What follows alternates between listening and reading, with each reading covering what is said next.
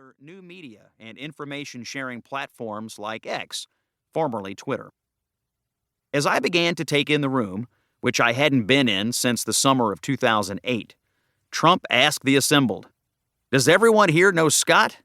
He's terrific on CNN. Just terrific." The people in the room all nodded. And I did know most of them in one capacity or another. Secretary of State Marco Rubio. Earlier that morning, I had interviewed him for nearly 30 minutes while guest hosting on Sirius XM Radio. CIA Director John Ratcliffe. Deputy Chief of Staff Stephen Miller. Mike Waltz, who was then the President's National Security Advisor. Commerce Secretary-designate Howard Lutnick, who would be confirmed a few days later. Deputy Chief of Staff Taylor Budowich. Then Trump added, "To be honest, he used to be, frankly, a little bit average. But now he's terrific." A light chuckle rippled over the room, and I allowed myself a laugh. I always wondered whether Trump had noticed the times in which we had not been aligned. Obviously, the answer is yes. I've been one of Trump's most ardent defenders on cable TV, especially since the 2024 campaign and subsequent transition to Trump 2.0. I tore apart his political opposition daily. They deserved it for being unhinged and blatantly dishonest in many of their attacks on him. And I gave half the country a voice during a campaign and ensuing transition that countered the gaslighting and insane takes from Trump's most hysterical opponents. I was hired by CNN as a pundit in 2017, just a few months after they signed up J.D. Vance, a fellow Politico with ties to rural Kentucky who also emerged from humble beginnings. He was to be the never-Trump Republican voice, and I was to serve as an emblem of the average Republican voter that largely supported the president but could call balls and strikes too. I wasn't hired to read talking points. Rather, I was hired to authentically translate from Red America to fellow panelists and CNN's audience about how average Republicans were absorbing the news during the Trump era. Plus, I had years of high-level campaign and government experience under my belt at that point.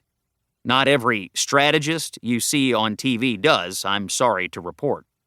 It amuses me when I see someone proudly carrying the banner of strategist as their title when they possess little to no experience to back it up. But I digress. 8 years later, J.D. Vance is Trump's vice president after earning the president's GOP primary endorsement during a successful run for U.S. Senate in 2022. And I am still putting on makeup for a living, among other endeavors such as my public affairs firm RunSwitch back in Kentucky and my nationally syndicated radio show on the Salem Network. And as of this writing, Vice President Vance, after a stellar performance in the 2024 campaign, is the frontrunner for the 2028 GOP presidential nomination. But like Vance, I too had expressed some misgivings about a few things Trump had done or said over the years. And like Vance, over time, I had come to find a new respect for Trump, in no small part because I began to see him as a necessary and strong bulwark against a political opposition that had lost its damn mind. I wrote in a 2019 op-ed for the Los Angeles Times, "Unencumbered by the pablum that traps most politicians, Trump is a perfect mirror when he takes the rally stage. The attendees see themselves in him.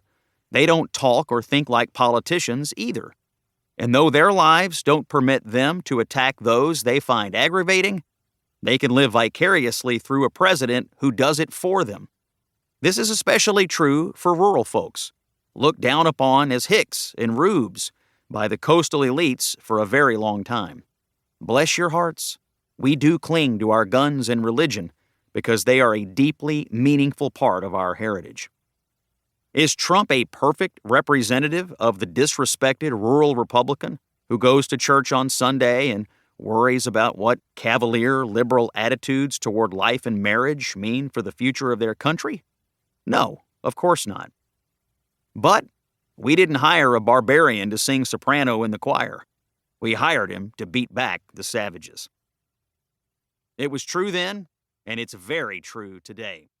Trump is the Republican. To keep listening to this audiobook, I've left you a link in the description so you can do it at no cost thanks to Audible's 30-day free trial.